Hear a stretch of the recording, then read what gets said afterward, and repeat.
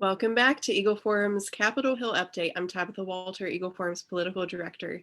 Congress is out this week and next week as well, so fortunately no bills are moving. But I wanted to fill you in on what has been happening at the Supreme Court lately. One of President Trump's biggest accomplishments was putting 3 justices on the highest court of the land. Over the last couple of months, we've seen the fruits of his labor. While we were dealt a couple of losses, they handed over quite a few wins. I'd like to go over some of those notable cases. With voting rights at the center of politics these days, all eyes were on DNC versus Bronovich, which scrutinized Arizona's newest voting laws, limiting who can submit a person's ballot and the discarding a ballot submitted at the wrong precinct.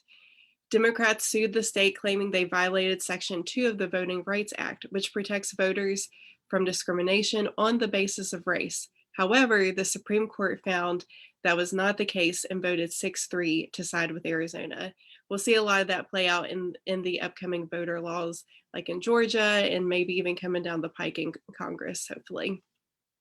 In the case of Alton versus City of Philadelphia, Catholic Social Services became a target for religious discrimination when the City of Philadelphia sued them for not placing foster children with same-sex couples.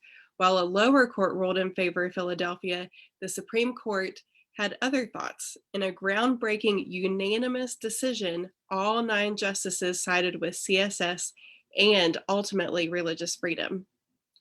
Now, even Kamala Harris was smacked down by the Supreme Court. In 2015, then California Attorney General Harris demanded that charitable nonprofit organizations hand over their private donor lists. Seeing that this was never an issue before, it would put individuals at threat of discrimination and violence. After 6 years of litigating Americans for Prosperity Foundation versus Bonta, the Supreme Court issued a 6-3 ruling allowing donors to remain confidential under the constitutional rights to free speech. Now, the Supreme Court did not turn a blind eye to the egregious lockdowns during the pandemic.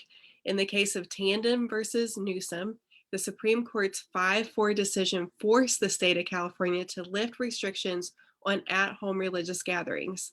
This came months after they dealt a win to residents of New York City in a similar case. Now, for the disappointing rulings. Another Obamacare case made its way to the Supreme Court again.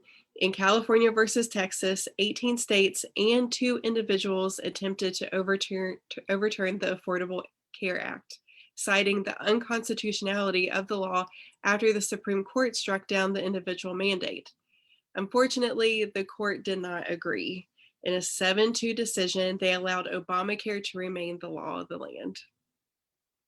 Now, many people have been watching another case, Grimm versus Gloucester County School Board, involving a small Virginia high school that required a transgender student, Gavin Grimm, to use the girls' bathroom, which is the bathroom of his biological sex. In 2016, the Supreme Court sent it back to the lower courts. After the Fourth Circuit ruled against the school's policy, the Supreme Court refused to take it back up, allowing the ruling to stand. This was a major loss to individual privacy rights. Now, the next round of rulings can be expected in October of this year. There's always speculation on what may be taken up by the Supreme Court, but 2 noteworthy cases worth following are Dignity Health versus Minton, regarding a transgender man who was denied a hysterectomy at a Catholic hospital, and Diocese of Albany versus Lacewell regarding forced insurance coverage of abortions in the state of New York.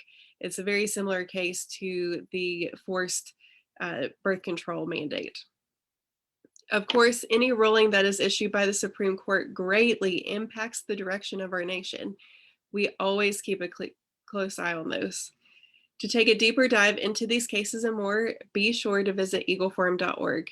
We will see you back here next Thursday at 2 p.m. Eastern. See you then.